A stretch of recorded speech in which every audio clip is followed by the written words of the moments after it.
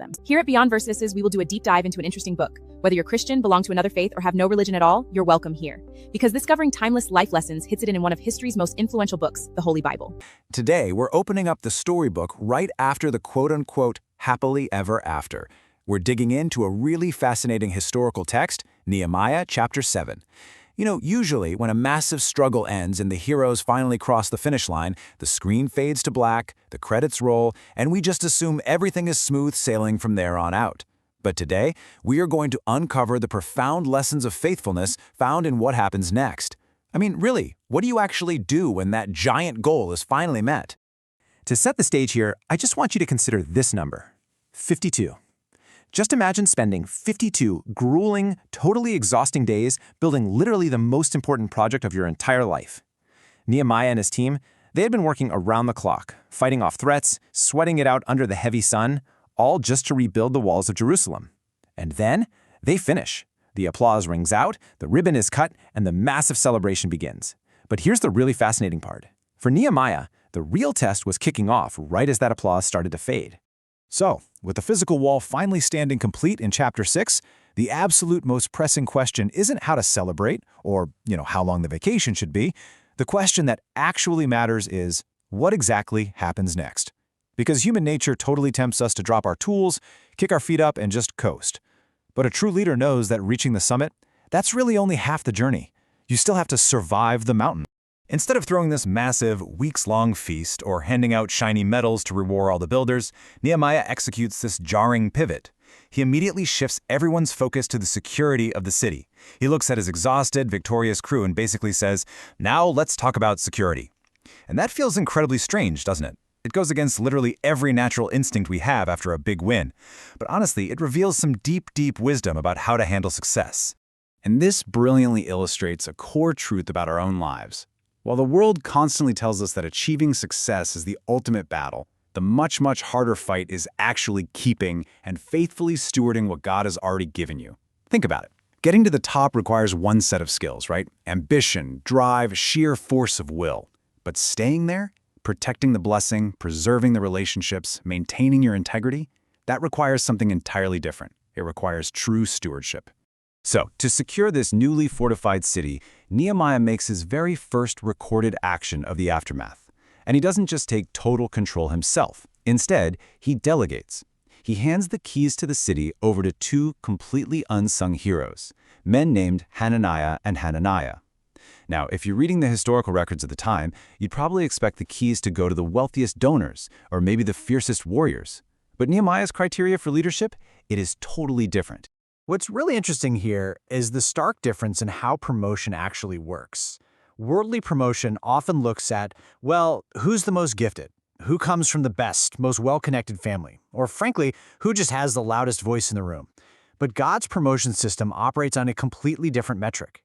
Hananiah and Hananiah were chosen simply because they were faithful. That was it. No shiny resume required, just a rock-solid track record of reliability.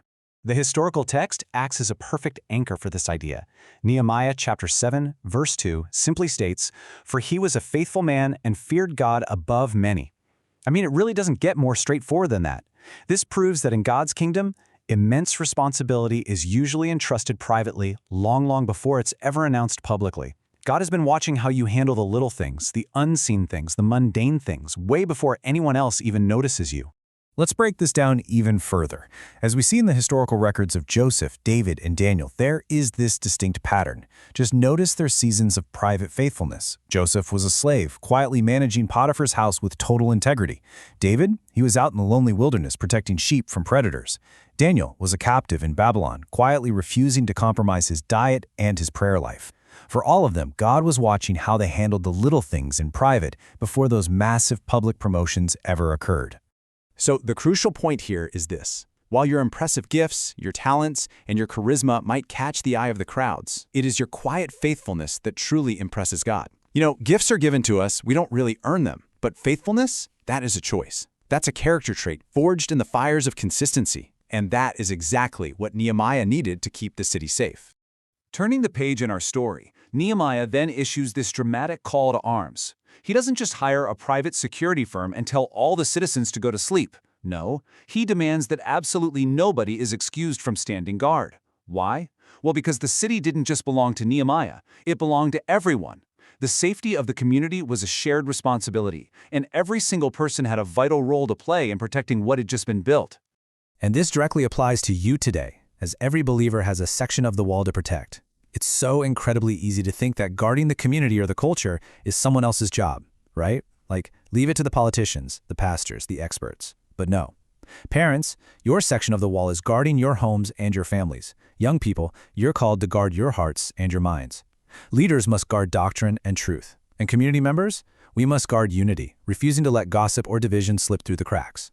And this is a really sobering reality to keep in mind. It is absolutely vital to remember that the enemy doesn't need to knock down the entire wall to destroy the city. He doesn't need to mount some massive Hollywood-style frontal assault. He only needs to find a single, solitary, unguarded gate. Just one compromise, just one area of your life where you stopped paying attention. That is exactly why Nehemiah's strategy of total participation was so absolutely essential.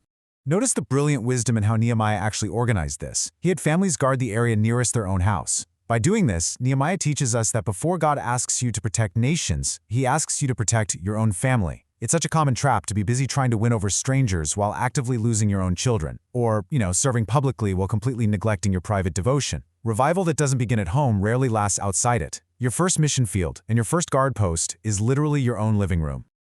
The narrative then shifts to what is actually one of the most saddening moments in the chapter.